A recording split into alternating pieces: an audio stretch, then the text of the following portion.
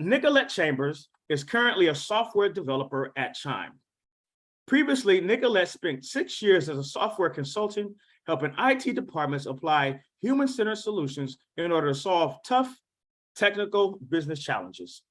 Outside of work, Nicolette is passionate about increasing diversity in tech and helping others understand how to participate in the alternative tech education ecosystem. The pronouns that she uses is she, her, and hers. Thank you for being here, Nicolette. Our next panelist is Demetrius D. Davidson. Demetrius has been in the recruitment field since 2013. Before breaking into recruiting, he attended Western Illinois University for his undergraduate degree and Southern New Hampshire University for his postgraduate degree.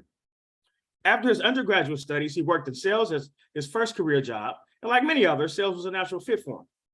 However, he grew to love interacting with people and supporting them in whatever their needs were. He knew there was more for him in his short career, so he took a leap of faith, and through a past college football teammate, he landed a role at Tech Systems as a network and infrastructure recruiter. He would go on to spend 5 years at Tech Systems, supporting thousands of candidates while breaking the barrier for diverse talent internally and externally. He would eventually move on to TransUnion in 2018, focusing on networking related IT skills. This would end up being a place where he would sharpen his skills in recruitment and grow his presence amongst underrepresented groups of candidates and the diversity, equity, and inclusion initiatives. Currently, he's working at Glassdoor and supporting several business groups, including IT, security, and engineering, while continuing to push the needle with all things diversity. Along with working for a great company, a few passions of his are family, football, his fraternity, Alpha Fraternity Incorporated, and helping people land their dreams. We want to welcome you as well, Demetrius. And so, first question, and actually we can start with you, Nicolette. Let us know, how did you land a role in tech? How did you get into tech?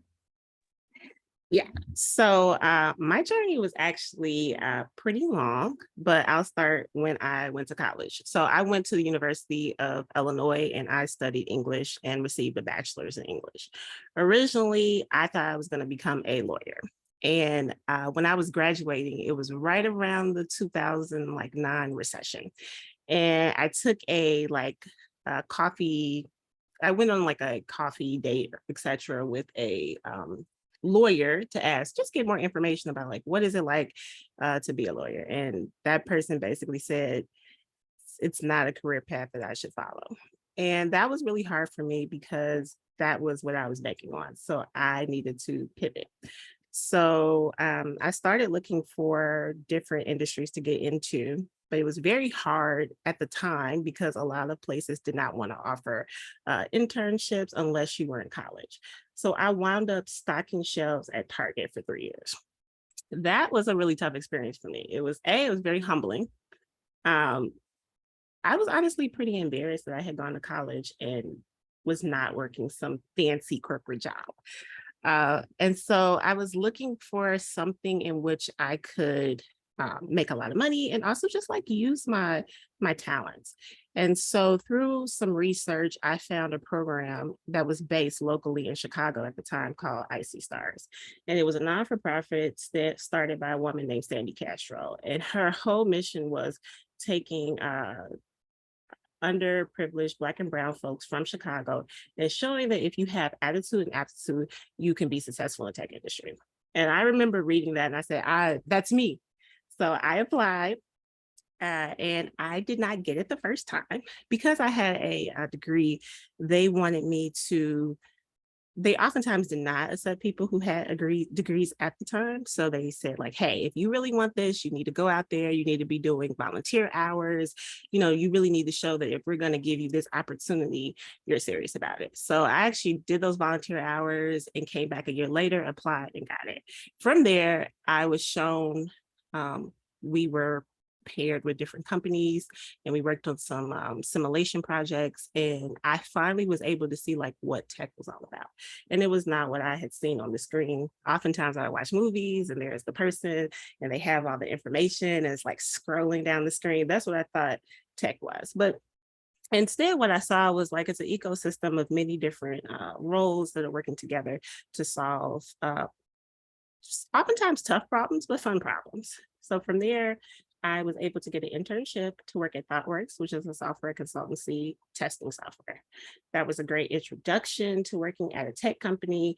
And I was able to like leverage what I had learned from that internship. But after a couple years, I realized that I really wanted to be a developer.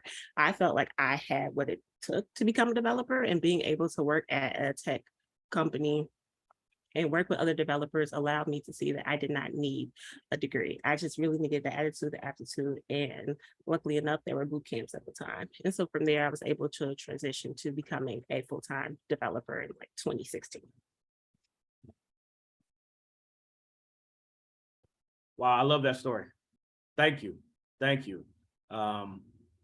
Demetrius, if you could let us know,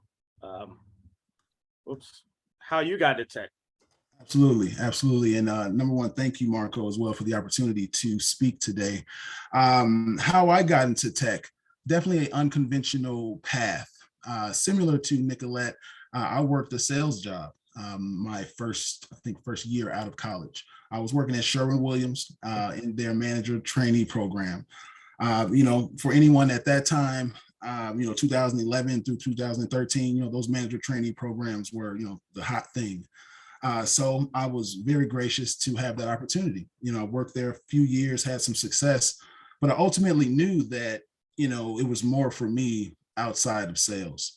I struggled with the thought as well that, what was I wasting my education? These were real conversations I was having with myself. So I took that leap of faith to see what was out there for me. And one thing that I didn't even realize that was working for me at the time that ended up working for me was my network.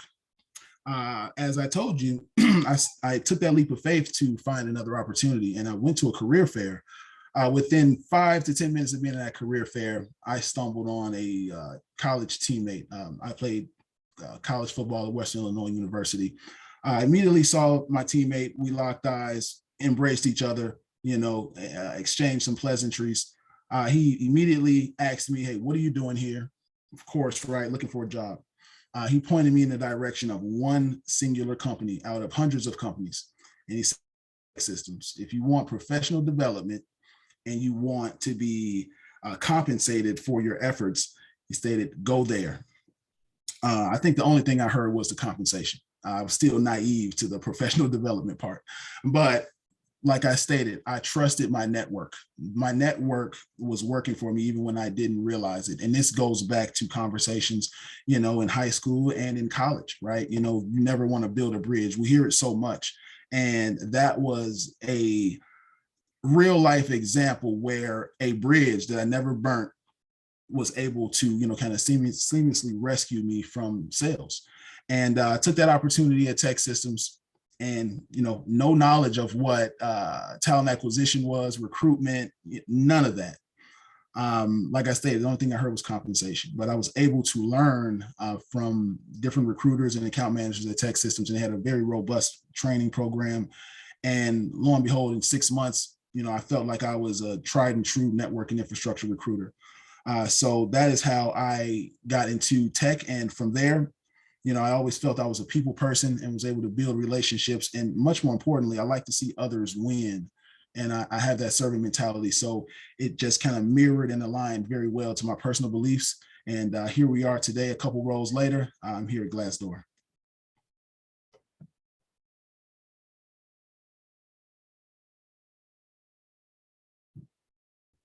Thank you both for highlighting that. And I just want to remind folks that, there's no linear path to get into tech. As you can hear from these folks who are in the industry, they're kicking butt, right? They found their way. And so if you're on this call, you can find your way into tech as well. I'd love to hear from you both. And actually, Demetrius, we can start with you on this one. But what roles are available for folks within the tech space that come from non-traditional backgrounds? That's a great question. The way I would answer that question when we talk about opportunities is I would say they're endless. And the reason that I would say they're endless, and I'm going to be very general here, is because you have to be comfortable with being uncomfortable. And I say that to say, if you raise your hand, if you speak into existence of what you're looking for, if you think innovatively around how to get to that goal, then you can achieve any opportunity.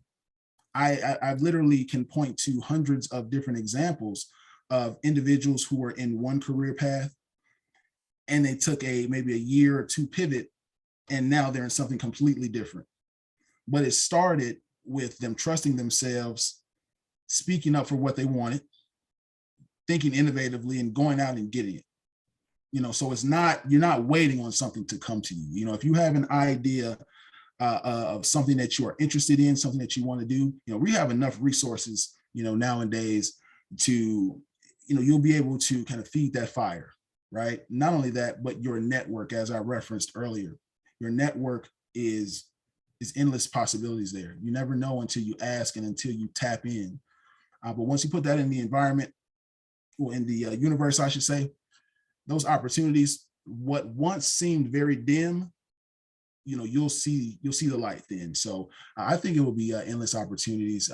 It's a lot within IT, hundreds, and outside of IT, thousands. So just it starts with the mindset. Thank you. Nicolette?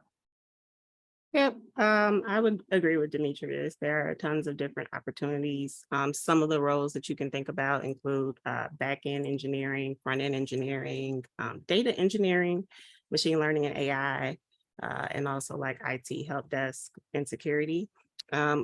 Outside of just engineering, there are also like roles in terms of like user research, UI design, project management, business analyst.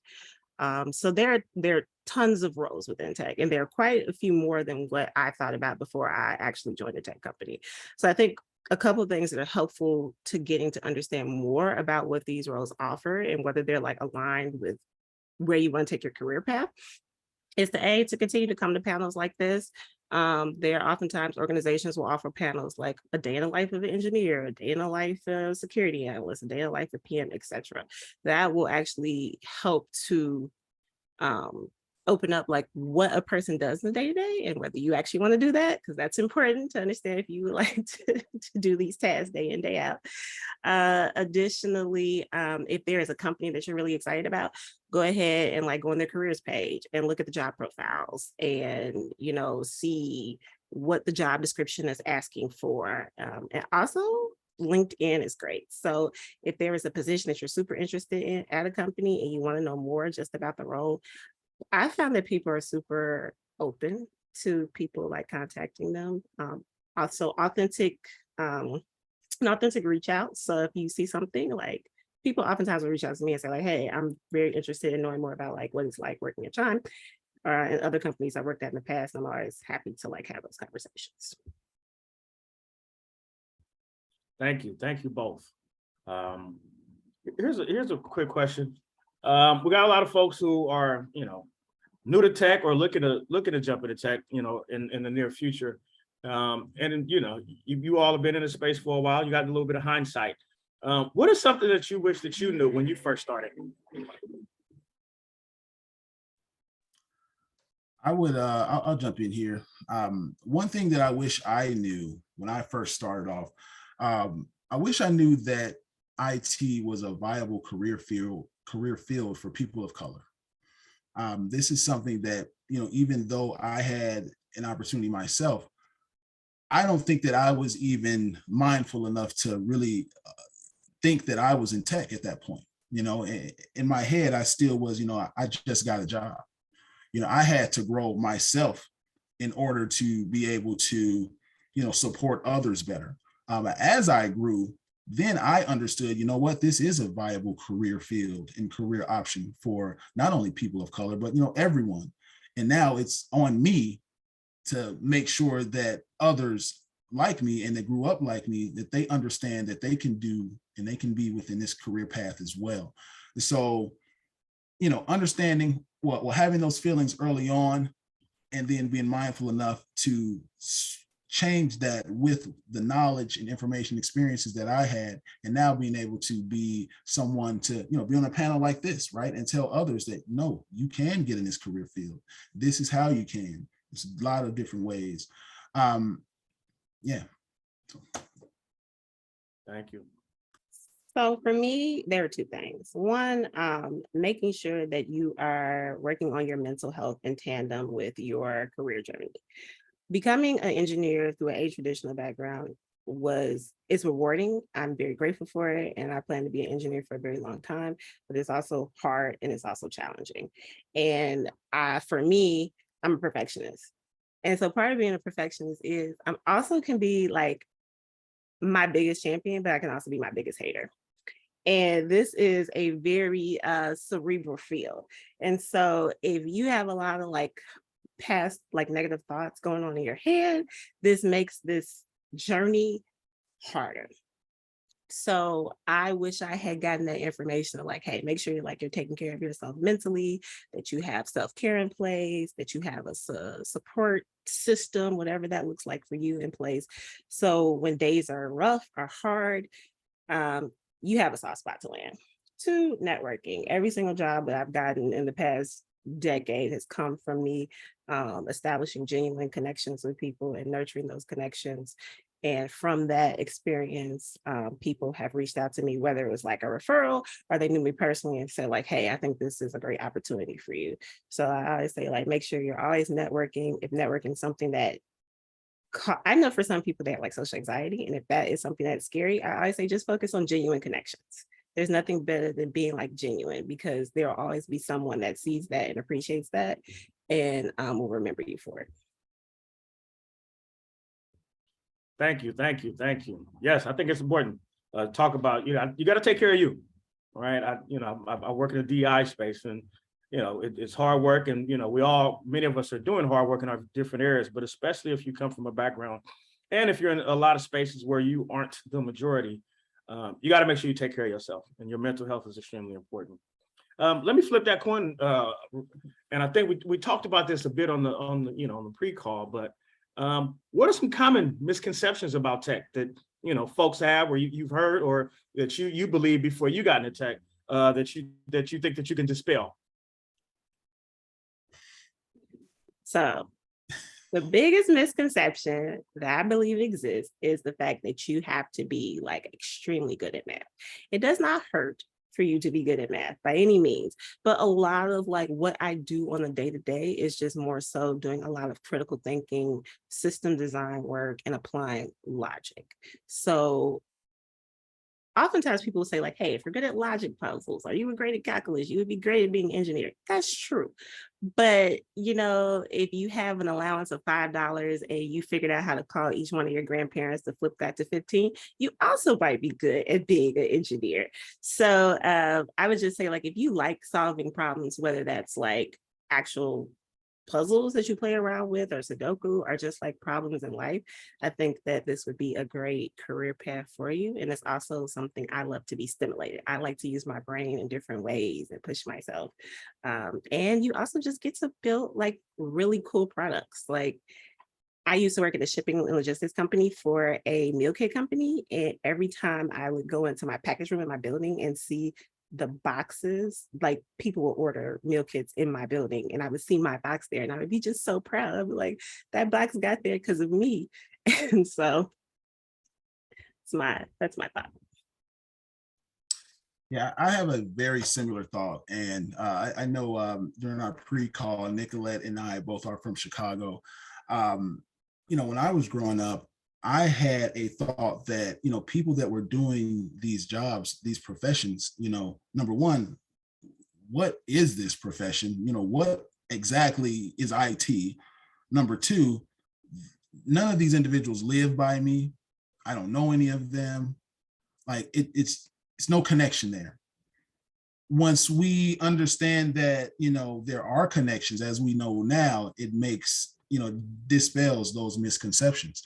Once again, kind of drawing back to one of the questions earlier, I feel that it's, my responsibility. I'm sure I'm speaking for a lot of us on this call, that, our responsibility now is we have this information. It's on us now to get that out there so that the next generation is better prepared and they don't have misconceptions around how to get into this career field along with other career fields.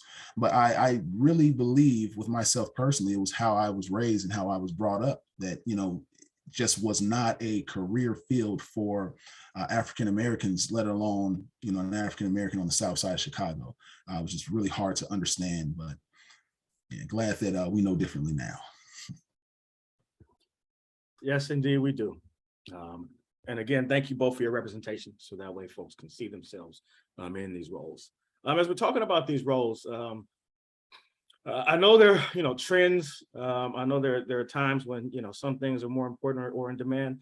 But do you all, from your perspective, what are some in-demand roles right now? And then also, what are some entry-level roles? And so it's a two-part question. Maybe if there's high demand in an area, and about it, we'd love to hear that. And then if there are folks, and actually, I know for a fact there are folks on this call that aren't in tech and they're looking to get into tech, and maybe they're in a boot camp, or maybe they're going to enter a boot camp. What are some entry level roles that they can work on landing a role in a tech company? I would say for entry level positions, I'll start there.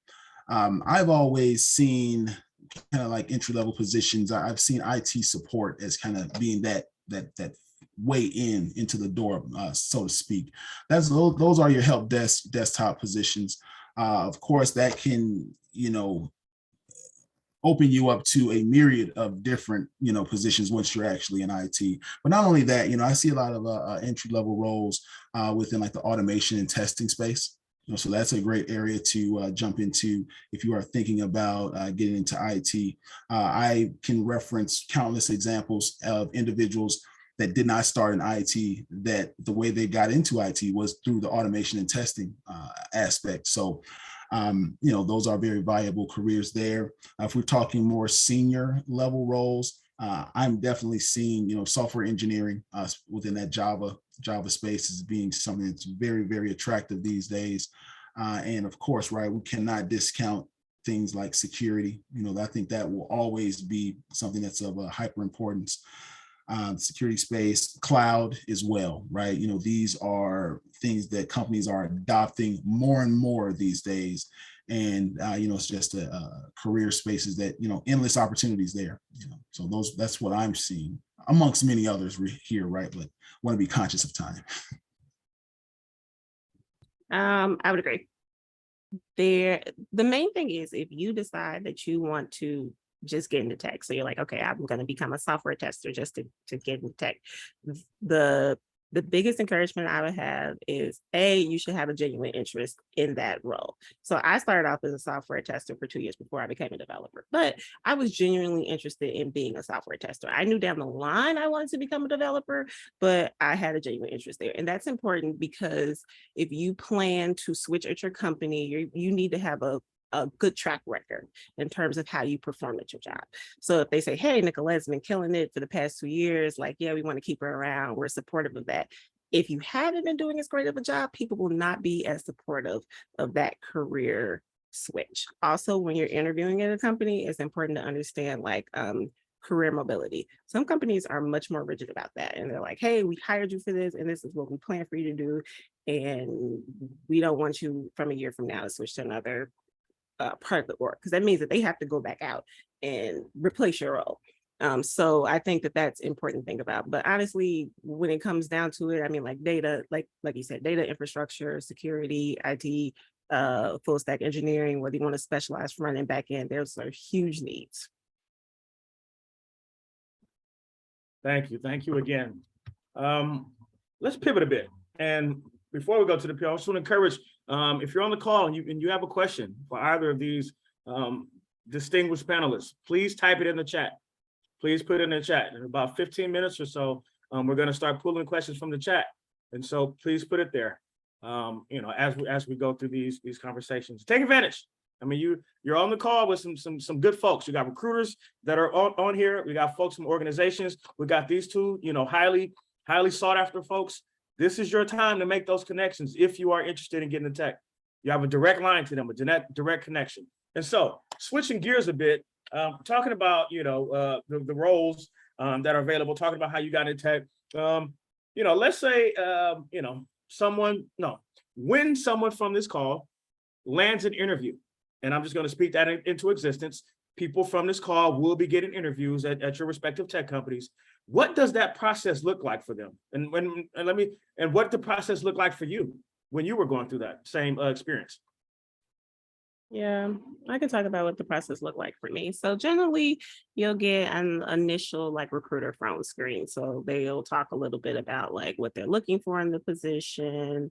They'll also like ask you a couple more questions about your background, and then from there, if you all like both feel it's a good fit, they'll move you into the like beginnings of the pipeline. And so what that might look like is they might give you a take-home assignment. So I've had take-home assignments before. So like they're like timed tests in which you solve like small like coding challenges.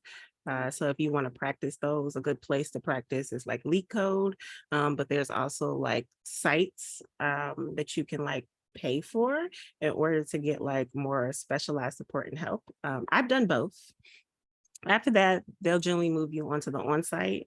On-site can mean like you physically come in, or it can be virtual, like based on the world we live in now. So what that will look like is you'll generally talk to a hiring manager. So that is the manager that is like hiring for that particular position. You'll give some information about your background. They might ask you like some situational questions. Then you'll do another coding challenge, more than likely. It might be the same length as the original coding challenge that you did, but it could be a little bit longer and more complicated. You might do a system design interview as well, which is just mapping out like what a system looks like within a tech ecosystem looks like. And then you will probably do like another behavioral interview. This can all vary. It's all subjective to the particular company that you're working at, but I would be prepared to answer behavioral questions. Sorry, my dog just fell off my lap. I'd be prepared to answer behavioral questions and also code in person as well. So getting that practice in is important. I would definitely echo that. Like Nicolette stated, it's very subjective to the company, business group, interviewers. But I would definitely say be prepared for technical questions, behavioral questions, the live coding, even take-home coding assessments.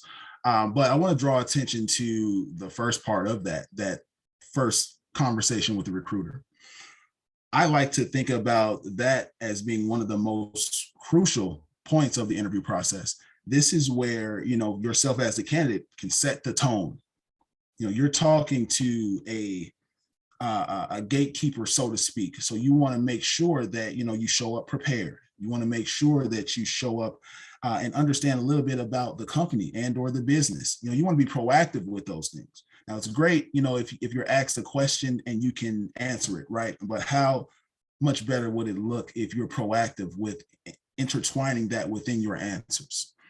Those things will separate yourself. If you think about it, if you have 10 engineers and everyone knows Java, what's going to separate someone to go to that next level? It could be, your energy. It could be the research that you've done and how you have, intertwined what you want to do in that career or in that role to help that company get to the next level. It's all about more of a strategic thought process to separate yourself. So just using that as the catalyst to propel you forward in that interview process, I definitely see the importance of just kind of really, really doubling down on the recruiter phone screen, that initial phone screen. Thank you. Just a reminder, I hope you all are taking notes. This is some stuff that's going to help you get a job. I'm not even looking for a job and I'm taking notes. And so I highly encourage you to be paying attention. They are literally, they're giving you the game, right? They're giving you the keys to the kingdom. I'm some limitless possibilities of tech. Take care of your mental health. Always be networking. This leap code. All these things that they're saying, this could benefit you in your career. And then, and one of the reasons we do this is because we realize that, the tech sector is a way that you can, you can change your path. You can, create generational wealth, right? And we're doing this so that way you can do that. We want this to be impactful. And so here's another question for you all. What would you say, from your own personal perspective, of course, what's the most difficult part of being in the tech sector? I have a one-word answer, and I'm going to say representation. That's the biggest. But it's power in knowing what the most difficult part is. Once you know, you can plan and you can be proactive and you can be intentional. So it may sound as a negative thing, right? Representation. Oh man, you know what? We're not here. This group of people isn't here. This group of people isn't there. But once you know it, we can plan for it. And once you have a plan, that's when the fun starts. So yeah, I think, understanding, knowing number one, that, the numbers aren't there, and creating that plan of action to increase in doing so intentionally and strategically. Yeah, I agree. Representation can be hard. I think the hardest thing for me personally, becoming an engineer from a traditional background, is just the amount of work I had to put in early on. Like it was like oftentimes after hours on the full-time job, weekends, managing like my own commitments, trying to have like somewhat of a social life, and still like just all the learning I had to do. And what I didn't realize was even after I got the job, there was still a lot more learning I had to do, because I still was competing with people who had traditional computer science backgrounds. And not only that, oftentimes when people are in those programs in college, they're doing internships every summer. So they're coming in with already some maybe 4 summers worth of experience at different technical companies. It's all worth it in the end. But I know oftentimes when we see people talking about boot camps, you can learn how to code in 3 to 6 months. You can, but it is going to be a lot of hours and a lot of time. And so I would just say prepare yourself for that, but it's worthwhile.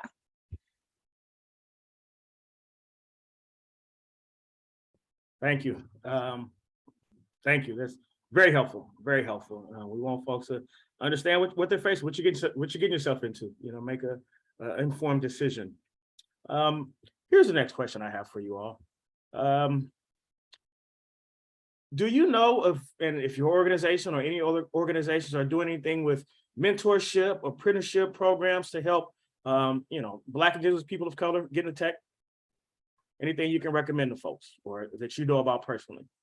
Definitely. So at Glassdoor, I would want to point to our internship program that just concluded. What we did is we partnered with a few colleges, boot camps, coding schools, things of the sort, things where engineers will kind of come from that unconventional background, so to speak. So we're being very mindful, right, that everyone does not have the same path to IT. So once again, right, us knowing those roadblocks, we're able to plan and seek partnerships with, say, boot camps and coding programs and colleges and so forth. So we did that, and I had a great turnout with our internship program, and we're doing the same thing, with our full-time roles, and just always looking to partner with groups that represent underrepresented groups so that we can push the needle further. So I know in the past we have hired from boot camps, and we have also hired from Year Up. But if you want more detailed information, there are recruiters that will be in the breakout room, and they are also in the chat, and they have Chime in their name. So please feel free to reach out to them, via DM, or come into the breakout room and learn more.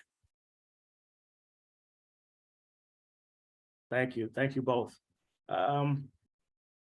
So what advice would you give to these folks on this Zoom on how they can be successful in their career search or careers in your organization?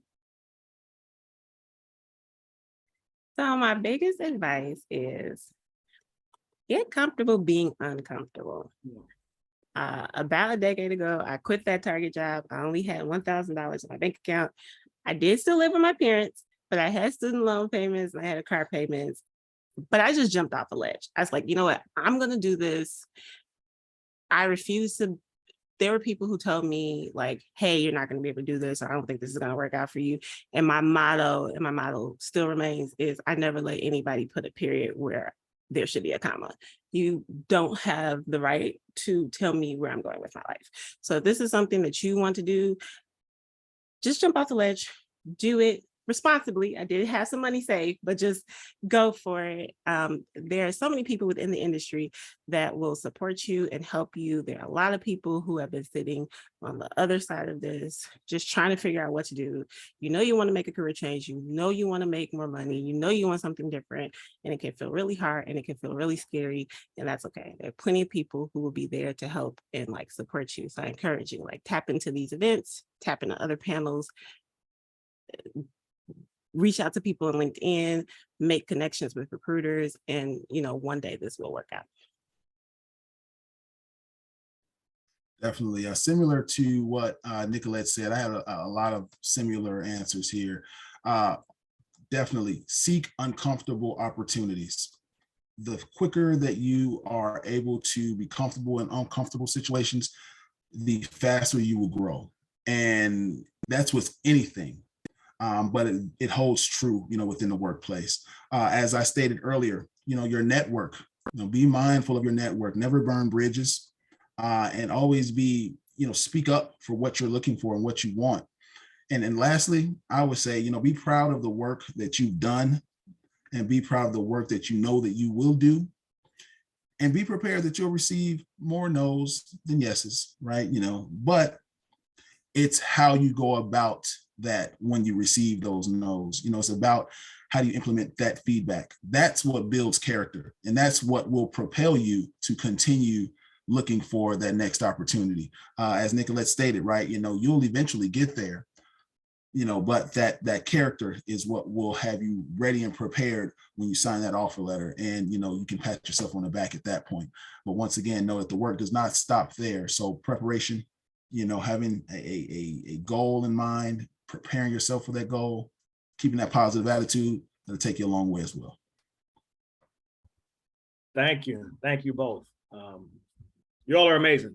You're phenomenal. Appreciate you sharing this stuff. I'm going to start pulling some questions from the chat. I got quite a few, but I actually want to lead with one that just came out. But how do you push past imposter syndrome? And, you know, for those on the call who may not be familiar with the term, imposter syndrome is when you are usually in a space where, you know, you're not the majority, and you don't feel like you belong. And sometimes you feel like you're even less than.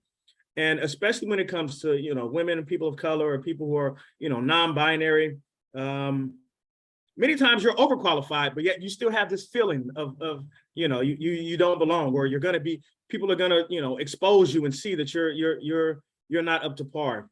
And just given that you both are kicking tail in your respective organizations and in the tech sector, you know, how do you deal with that and how do you push past it? So I have definitely struggled a lot with imposter syndrome in my career, especially like starting this in like 2013. That was like just the beginning of when people were really even like hearing about what a boot camp even was. So I was oftentimes the only person that was a woman, a person of color, and a person that came from a traditional background. So I've definitely had to push past a lot of imposter syndrome. But one thing that I have done that's been very helpful is I'm really into sports psychology books. And so a lot of sports psychology focuses on recognizing how to perform in the moment. And so it teaches you techniques about like getting out of your mind and just getting into whatever the moment is. I feel like imposter syndrome, like you're battling that voice in your head, which can inhibit you from like performing your task, getting your work done. It's a lot of stuff. So I try to read sports psychology books to figure out, like, help me mentally prepare myself. So if I'm like worried about how I'm going to speak at a meeting, if I'm worried about how I'm going to do something, I'll like do like a simulation run through in my head that helps me to like be in the moment and think through kind of what I think are some of the scary things that are going to happen and like work through those things beforehand. But it's a journey.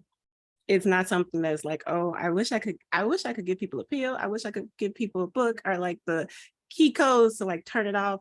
Unfortunately, I can't. It's just something that you know that you're going to have to continue to work at. And so just, you know, give yourself grace. But there's plenty of like books, resources, and also big proponent of therapy. So. The way I battle imposter syndrome is, you know, I hit it head on. I address it head on. And I oftentimes remind myself, you know, like, hey, you're in it. Like this is it. You know, how we talk about being extremely busy.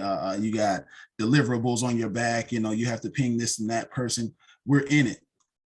But I take a breath and I recognize that now I'm at that fork in the road where I can, know that I'm in it and once again plan accordingly so that I'm able to perform adequately, or I can disregard that notion and wing it. We know what happens when we wing things. So, I think it's a very intentional mindset. It starts with being aware, right, of what imposter syndrome looks like and what that looks like to you. But once you're able to address that, you can catch it in the moment. And before you let it, dictate, who you are, you can make that conscious choice. You know what? I am doing the work. The numbers don't lie. I'm doing it. So it's just a conscious decision.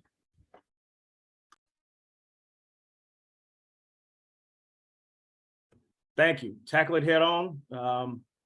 And, Nicolette mentioned therapy. Firm believer in it. It's important. And there's nothing wrong with it, but also just making sure that your mind is right, especially when you're dealing with spaces that are uncomfortable. I got two questions I'm going to mix together, and either you can answer whatever part that is most relevant. What do you think are the best ways to tip the scales in your favor when applying for a role without an undergraduate degree? But then also, what happens? How do you get a role or land a role when you have no professional experience as an engineer? And what are ways that you can boost your resume? So either no experience or no degree, or both. If you have no, let me back up for a second. After you get your first job, nobody is really looking at your degree or your boot camp, etc. They might say, oh, that's great, you went to this school or you went to this boot camp, that's awesome. But like, it ceases to become important because the interview is really about like whether or not you can perform. So if you can answer those behavioral questions well, if you can do all the coding challenges and tests, like that's what it's really going to come down to.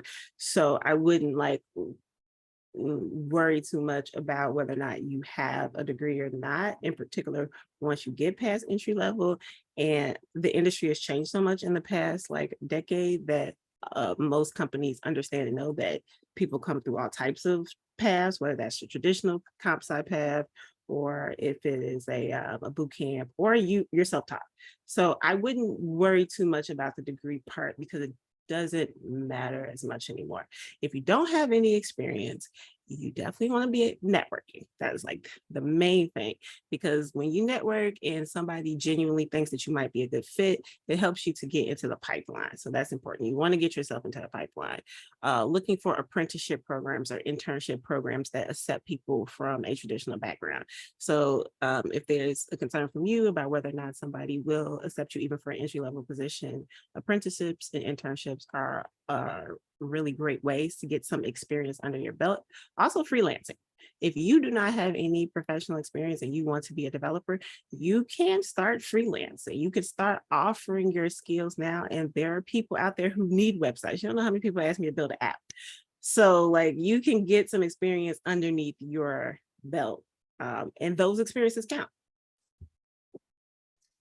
Definitely. To piggyback on that, I have a real life example. I knew an individual, no real college education, did not have the opportunity to go to any boot camps or any coding programs, but wanted to get into IT. This individual stated, you know what, I'm going to try IT support. When I took a look at their resume, all I saw was church experience, right? But when you take a look at that, what I saw was, okay, yeah, this is freelance experience. It's not paid. It's at, small environments, right? We're talking about churches, but what else does it show? It shows that this person's proactive. It shows that this person was innovative about how to get this experience. So once again, right, these are things that managers and recruiters pick up on, and that can also be ways to separate you from the pack. So to see someone, oftentimes it's harder to go out. It may not be as harder now, to Nicolette's point, but back in when I first started, 2013, it was definitely hard. It was hard to even freelance, for some things. So now those opportunities exist a little bit more, and it starts with being proactive. Take your career in your own hands. Do that in alignment with leveraging your network and all of the other good things, but you have to make that choice that, what, I'm going to do everything and anything possible to gain this experience. And if it's, I have to volunteer at a community center in order to know how to work Adobe so I can speak to that, that might be what it takes. So it's, Thank you both. And again, in maybe in about 10 minutes or so, we're going to go to breakout rooms. And in those breakout rooms, you'll have the opportunity to speak with, our panelists, but also their colleagues, the other recruiters that are on and representatives on this call, to talk about your specific experience, right? What you're going through, what are your needs and your career journey. And so I want you to keep that in mind, so that way you understand that even if we don't have the opportunity to get to your question in the large group format, you will still have that opportunity if you're able to stay on the call. Here's a question we got, and I don't necessarily know if where you all sit with this, but I recently gained interest in UX design. I have no experience to take it all. What would be the recommended route to take for a major career change? What programs are recommended to jumpstart it? Well, go ahead. I would say, this sounds like, somewhat of an example that we've kind of been teetering around today, right? Not having the education to get into, that field. Number one, hey, be proactive, right? Look at any of the, maybe junior college coding programs that are out there, boot camps, right? We've been highlighting boot camps. Look for opportunities to do so. If that fails, I'm sure like other platforms, have training, kind of training classes or whatnot that you can attach yourself to learn UX.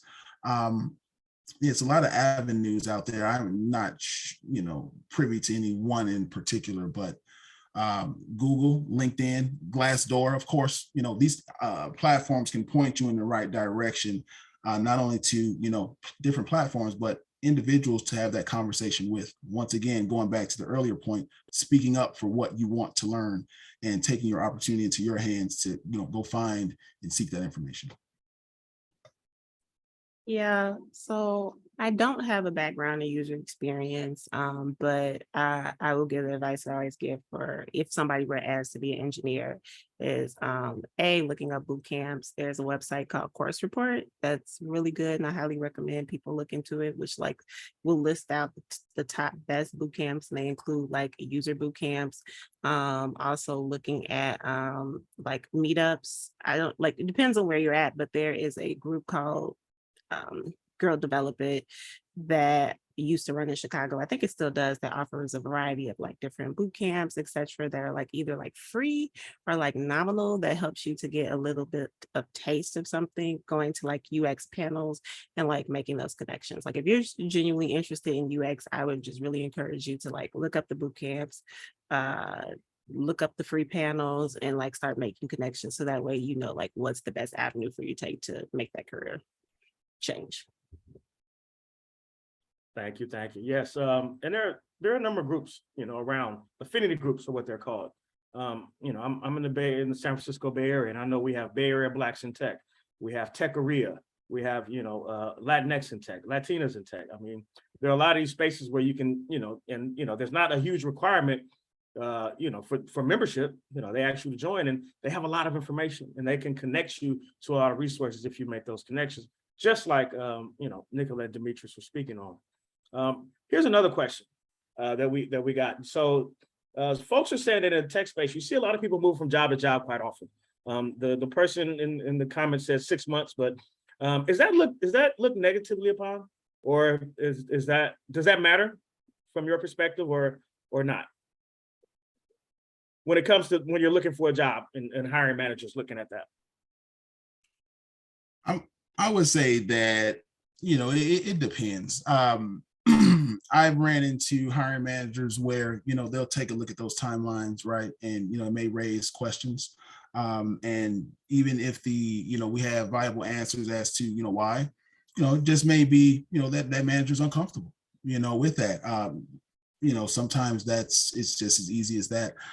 For us as recruiters, right? I don't think we ever take the first no, right, as being law, right? So, as a recruiter, right, we have to push back on that. We have to get detailed as to, why, there are gaps and or shorter timelines, because, hey, it's 2022 and we cannot discount anything. We would much rather be in the know so that we can adequately have a conversation around that to proceed. So, whatever it is, the timeframes, I know for myself, I'm doing a double and triple check and having the conversation before letting, my managers dictate right off the bat whether or not to proceed. I agree. I do think it depends. I would say, be prepared to answer that question if it does come up. But I do think that job hopping is super common, in particular in like big tech. And I don't think like if you're gonna apply at the FANG companies, I feel like most people wouldn't really bat their eyes or ask too many questions about that because it's just super common. It's the best way for you to like sometimes get a promotion to the next level, increase your total compensation packages, etc. So people have reasons for it. I think the important thing to think about is like if you jump around a lot, you might be missing out on growing. You might gain a lot of breadth, but you might be missing a lot of depth. It depends on the role. So you might be increasing your total comp and you might be doing all those things, which if that's important, I say go for it. But also recognizing that at that 6-month mark, you're just really getting into it. You're just really beginning to understand like the things that have been going on and like knowing the questions to ask and becoming a point person. So if you leave every 6 months, you kind of miss that opportunity to, I think, learn what it's like to maintain a tech ecosystem and learn from some of the decisions that you made. Thank you. Any final words before we go into the breakout room? Any final thoughts that you want to leave the folks with? Have fun. It's an exciting journey. Yeah. Just like really enjoy it and relish the moment. Like you're deciding to go into like an awesome field where whatever you choose to do within a tech is really awesome. I just wish I had just focused on just having fun. I didn't, because I was just like nervous about all the things that were going to happen. But now everything's worked out. I'm like, wow, I should have been like really relaxing more. So yeah, I would say embrace the journey. We never know where the next conversation will take us. So embrace it, stay ready to look for opportunities to be uncomfortable. And you should work out from that standpoint. Like I stated, when you're uncomfortable, you grow. So if you stay that way, you should be fine. Thank you both. Thank you, Demetrius. Thank you, Nicolette. You both have imparted wisdom. You gave some nuggets, you gave advice, you gave actionable steps that folks can take to help them get into the tech space. And we know you didn't have to do this, right? And we really appreciate you being here and being willing. We want to thank, both Chime and Glassdoor for being here and supporting these events.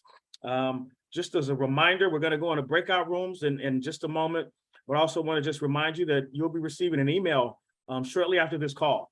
And in that email, you'll see a link where you can submit your resume. If you'd like to submit your resume to the recruiters that are on this call, we'll be collecting those and you'll be able to do that via that link. And then also in that email, you'll see that next month, on October 25th, we're going to have a conversation where we're going to partner with a Latinx organization to talk about bridging the gap in tech. And so we want to, the Black and Latinx populations come together and talk about, what are some best practices? What companies are getting wrong? What can you do to land roles in this organization? Because we know that, both our populations face similar challenges. And so be on the lookout for that. We want to have you at that conversation. Again, we want to thank all of you for being here on this call. And, in a moment, my colleague, Maisha, is going to, and she's the San Francisco Bay Area president of the National Black MBA Association. She's going to push us to breakout rooms, and you'll see that each organization has a breakout room. When you get there, introduce yourself. If you're looking for a career, let's talk about the role that you're interested in landing, and then also, where you're from. If you're a recruiter or a representative for an organization, introduce yourself, talk about your role and maybe even your organization a bit and the positions that you're hiring for. That way you get the conversation started, then it can go from there. We'll shut that down in about 25 minutes or so. And so at this time, we'll have you push to the breakout rooms. I'll be popping in and out of both if you need questions. But again, thank you, Demetrius. Thank you, Nicolette. We couldn't have done this without you. You're so helpful and so useful for this conversation. And much appreciation. Definitely. Thank you for the opportunity. Yes, thank you for the opportunity.